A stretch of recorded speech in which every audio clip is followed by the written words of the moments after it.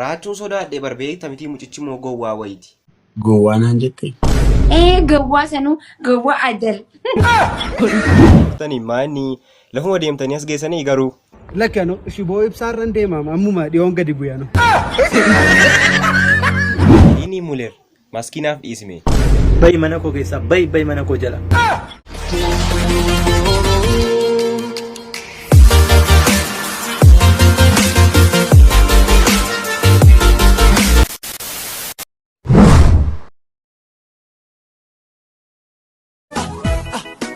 Mama, maani maal taate maaki? Andeemu barbaade. Raachuu bira deemu barbaadde moo? Sin jaaladha dhugaa dubbachuudhaaf. Kanaan moo? Maaki. Dhiisi boraachuu masiif wayyaa. Sila benjiraadhu walloohi billaahi. Raachuun sodaadhee barbeekta miti mucichi moo gowwaa wayiiti.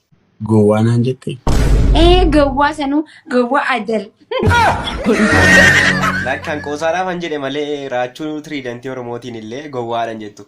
Inni koo araadaadhaam. Maaltu na ajaa'ibsiitanii? Maaloo dhalaata? Dhiiba magaruu wallaahi laazim dhiiba magaruu. Jedhi rakkoon qabu natti mati. Distii qabatee fiigama. Raachuun moo? Raachuu wanti kun dhugaadhaa? Soba. Maaki sobdee muudii qabda malee raachuun jaallattaa miti?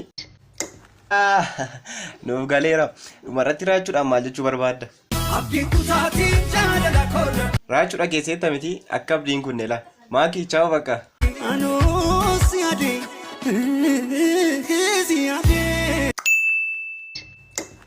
Maaki koo.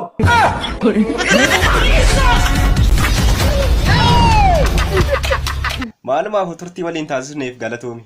Galatooma waan akka jechuu hin danda'u. Thanks so much. Galatooma.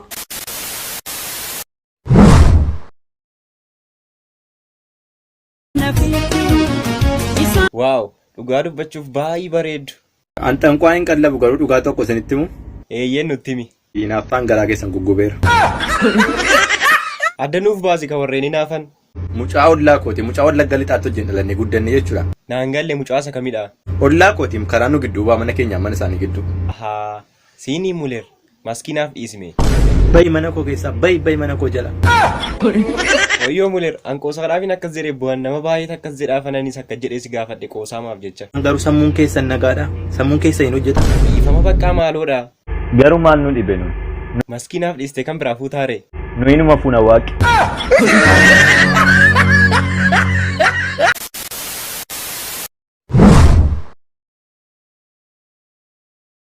Akkam jirtu hordoftoota keenya. Jirra kunoo isin eegaan ooleen baay'ee turtanii maanni lafuma deemtanii as geessanii garuu. Lakkano shiboo ibsaarran deemam ammuma dhiyoon gadi bu'anu. Saari ergati gaa'elatti galtee namoonni maal siin jedhu? Ergeerumtee baay'eesti bareedeera naan jedhu. Dhuguma jedhanii baay'ee bareedde ol bira. Waan itti himu tokkoon qaba dhugaa garuu akkasatti hin himne. Rakkoon qabu natti himi maaloodha?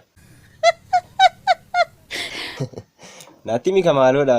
Kan bira naammoo gudiidha. Wayyoo reefnaaf gale yoona isa waaqoon durba biraa asirratti yaadu bartee.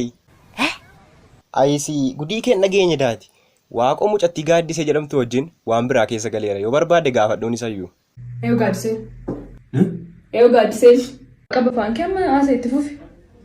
Nama biratti akkas hin jedhamu. Saaree qo'aati. Waaqoo akkamitti akkas gootati garuu? Nan nyaadde ganama nyaadde beela'inaan ganama ciree godhee nyaadde. Waaqoo maal taatee qo'aati? Mee amma namni akkamittiin nyaatamu? Opereeshinii of godhee keessatti irraanfadheen ofitti hodhe. Saaree argitee yeroo nu waa'ee gaaddisee gaafannu sobee nutti qallada. Ani koo dhugaadha siin jedheen ture. Oo Saarii firaankii taateetta. Anaaf waaqoon ikkoo firaankii si gochuuf jennee waa'ee gaaddisee sobnee sitti himne. Firaankiidha. Fokkisaa wayii. Ani moo Saarii? Biyyoo kana gad dhugi. Tole. Garuu jechuudhaan garuu akkasna goota siin seeniyaan. Anis godheen garuu ifama amma kanan si gaddisiise. Chaanaalii yuutuubii kootii Suuraa Entertainment jedhu subscribe akkasinaaf gootanii kabaja guddaadhaan isin gaafadha. Galatoomaa naaf jiraadha.